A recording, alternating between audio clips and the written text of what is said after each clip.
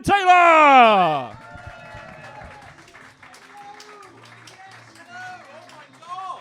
Oh my God, thank you so much for all of that applause. Wow, that was incredibly kind. Thank you. You know what? You've twisted my leg. I will do some comedy. Oh, back there, I prepared the most horrific vitriolic diatribe against all of you guys, but your lovely applause has turned me. Thank you so much. God, I'm so happy to be in Bath.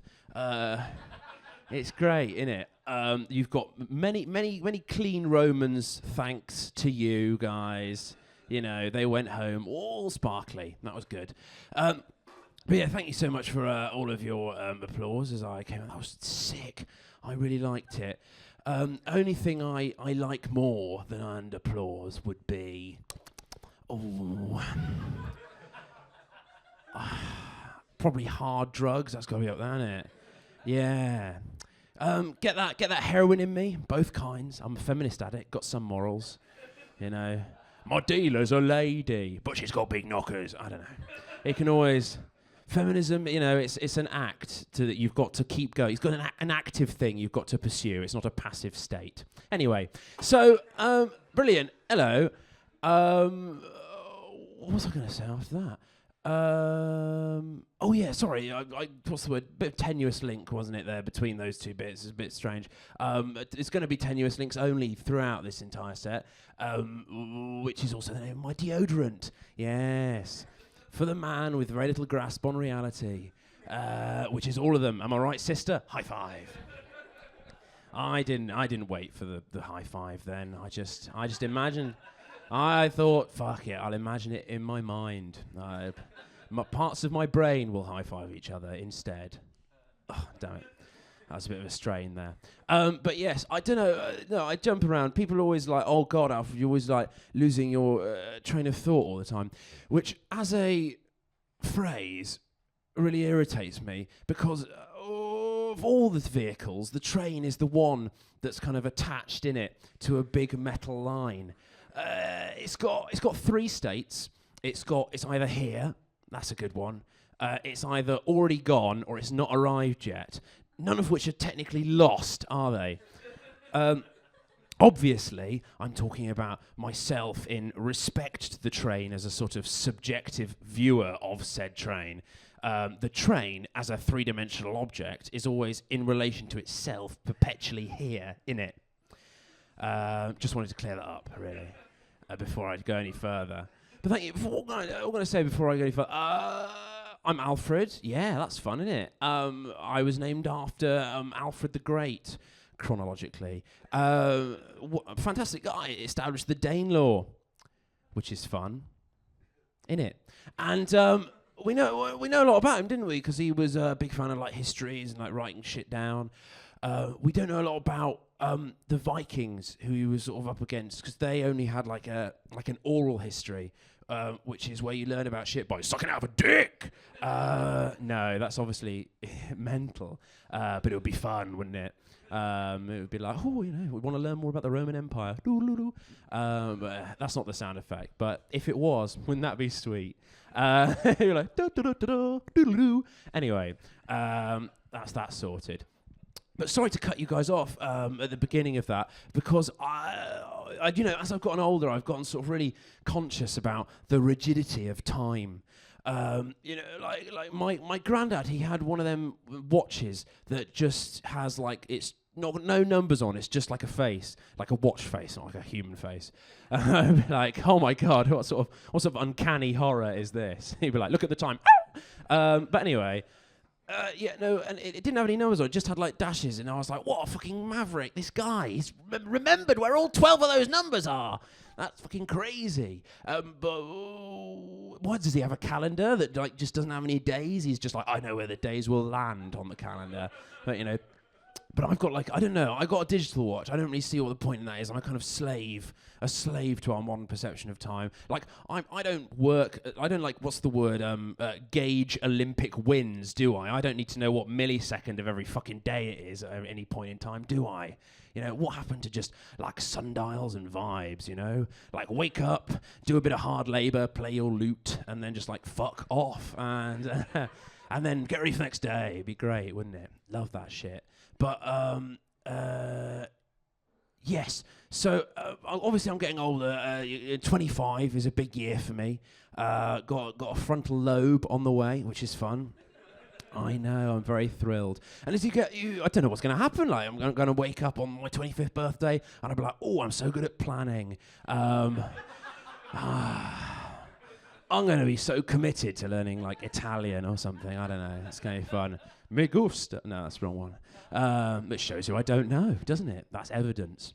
But and as you get older, though, you kind of, I don't know, your relationship to, like, your emotions does change and things like that. Like, there's this whole thing at the moment, isn't there, where it's like, oh, you know, men, we should be allowed to cry.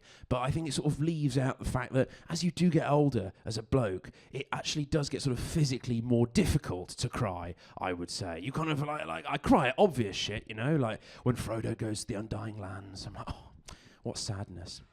That worked on Monday, which shows the difference in the crowds.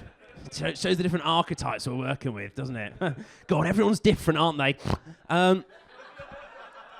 But yeah, and but no, it does, because like I now get really sad, and I like scrunch up my face, and all I'll manage to evoke is like a puff of dust in the shape of a fist, you know. I'm like, oh damn it, I can't do it anymore. But anyway, now also because I'm older and I'm living in the age of like, you know, the internet. Like, there's so much evidence of people who are kind of the same age as me, who've like achieved more than I have at any point in my life. Like, did you know that I'm the same age as Ice Spice? So whenever I hear on the radio, like, you think you're the shit, you ain't even the fart, I think, but there for the flip of a coin go I, you know. And then I think, well, I'm listening to this radio, this archaic piece of technology. I should be injecting my synth tunes into my cyber implant, yeah. And then I get on my skateboard and fly off into the ether with my cap on backwards, like that. Anyway, but yes, and I suppose other people who are sort of my age, Sultan Mehmed II, how do I compete with that? By the time he was 25, he'd already conquered Constantinople and brought the Byzantine Empire to its knees.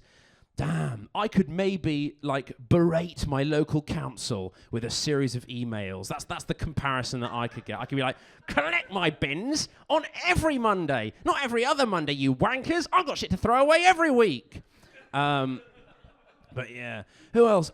Keats, John Keats, famous guy. He died quite young, 25. He died of like tuberculosis or cholera or syphilis. You know, one of those three.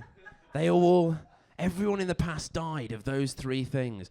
It was you have a very short day, don't you? If you were born in like Victorian times, you're like, wake up, drink some dirty water, have unprotected sex, and that's it. That's your dayline planner. Now get down to it. But yes, and I do. When he died, he left behind a very sort of like iconic body of work. You know, I don't think I've got any work to speak of, but I have got an iconic body. So, yeah, I know. So, what was I going to say? But I do some like, you know, artsy things. I do a lot of street photography. I find that quite a lot of fun. I go out and I like take photos of like what's real and what's in front of my face. And but it's weird because it is like a sort of slightly voyeuristic thing, like you are taking photos of people, and you get encounters. Like a guy came up to me the other day after I'd taken a photo. I've been like a bit too obvious about it, and he was like, mate, what the fuck are you doing? Like, taking photos? You shouldn't be fucking taking photos of me. And I was like, in my mind, I was like racking my brain, like, oh, what a aggressive encounter. How do I get out of this? And I'd been watching loads of like documentaries about street photography, and they were in like New York, and this lady had been like, hey, if someone ever comes up to you and is like coming at you, you gotta just throw them off with a compliment, because whenever people get complimented, they're like, it's fine, you know, they weren't taking photos for any bad reason or whatever. And I was like, oh, sick. So I was like, don't worry, mate, I only took a photo of you because I thought you looked cool. And he said, what the fuck do you mean you think I look cool? I'm gonna fucking slash you up. And in that moment, I was like, oh, this hasn't gone as planned. I was like, oops, how do I get out of this situation? And in that case, because I was so intimidated, it sort of conjured my latent karate skill. And with one punch, oof, he was there, right into prison. And I said, that one's for you, coppers. That's free. Ha, ha, ha. And then I skipped off. I didn't. As you can assume. I don't know why you laugh, because it was obvious, wasn't it? That didn't happen. I'm obviously really good at judo instead. But what actually happened is I went, oh, sorry, and then I deleted the photo in front of him. And what was worse was that it was a really shit photo. It was really out of focus, and that's bad, innit? Because that's what I love about street photography is I'm like, no one can see what's in my fucking camera, you know, because it could be really shit. Like, if I was a fucking street artist, like I was out there painting pictures and people turned it around and it was a fucking scribble, they'd be like, get another hobby! But for me, I'm immune to that form of criticism. But, you know, I suppose... when it comes to art, Picasso, he said, didn't he, that it took him a lifetime to learn to paint like a child, and which is probably why his later stuff is sort of less well known, isn't it, really? Everyone remembers, like, Guernica, no one remembers, like, Triceratops doing crayon. That was my favourite. But yes, he was also a really horrendous misogynist, Picasso. I don't know if you know that. That was actually the second part of the quote. He was like, I want to learn to paint like a child and learn to treat women like dog shit. And he achieved that. What a guy. But, you know, people don't mention that. But people say he was a misogynist. But I did have a dream recently where he read me feminist literature very compassionately. So what do you say about that, okay? But yeah, I dream a lot, you know, it's quite good. I think it's fun. I dream a lot, every night. Not every night, most nights. If it was every night, I'd be like, wee! But it's crazy, you know, like I had a dream recently that I had to like give blood in a lighthouse, and I was really stressed about it, and then I woke up and I was like, what a fucking idiot! None of that was real, it was all a dream, you fucking moron! And then I suppose like dreaming me is probably sitting there going like, this guy, he only has to go to work, I have to like fall off a cliff, and fucking give blood in a lighthouse, fucking insane. No, I had this moment a while ago though, where I was camping with like a mate of mine, and he was having a really bad time of it. He was like tossing and turning. He was like, ugh. And so I shook him awake, and I was like, mate, don't worry, you're just having a nightmare. And he was like, oh, am I? And I went, yeah. And you still are. and then I morphed rapidly into a sort of cosmic terror and bit his head, which was all just a little joke between friends. We've got over it now. It was good fun. But yes, and people always say to me, they're like, Alfred, it's like you were born in the wrong era because of all of your aggressive views. And I'm like, no, that's not really the reason why. But I own a corduroy version of every article of clothing, which I think dates me. Not like, you know, they're like, it's like Time Team. They're like, oh, it's carbon dating. No, it's corduroy. No, that's not shit. I'll leave that one on the cutting room floor. So anyway, but... yes, and the reason why it definitely wasn't bad that I was born here as opposed to in the past was I had appendicitis when I was 6. So 100 years ago, I'd be fucking dead. Let's just imagine that eventuality. Oh, anyway. But if you don't linger on it. It's not going to happen. It's an alternate reality. It's not going to impact anything. Anyway, if you don't know what appendicitis is, it's when you hear the fact that the appendix is a completely useless organ. That fact travels all the way down to your appendix, which has a great crisis of self-confidence and just fucking bursts. And it tries to take you with it. It's stressful. It's the closest that a human being can come to empathizing with a twin tower. Yeah, I know. And so my earliest memory is of being in Gloucester Hospital, obviously having had my appendix removed forcibly from my body. Surgically, they didn't just go, pow! Oh! No, that's a reenactment of what could have happened, but it didn't. But yeah, they removed my appendix, and I remember being in Gloucester Hospital, and my favourite best mate on the ward was this guy called Peter, this little boy called Peter, and it's because he lent me all of his Bob the Builder VHS tapes, and at the time I was on a real Bob the Builder fix, I was like, can he fix it? I genuinely don't know. I can't wait to find out. This load-bearing wall seems like an insurmountable challenge. But, me and Peter, we'd hang out all the time, watch Bob the Builder, play like poker for cigarettes, leer at the nurses and all that shit.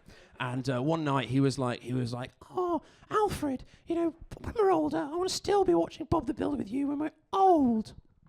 And I said, oh, thanks, Peter, that's really lovely. But it was not to be, because one night I went in for a routine checkup on my appendix scar. The nurse, she slipped the scalpel right into my scar.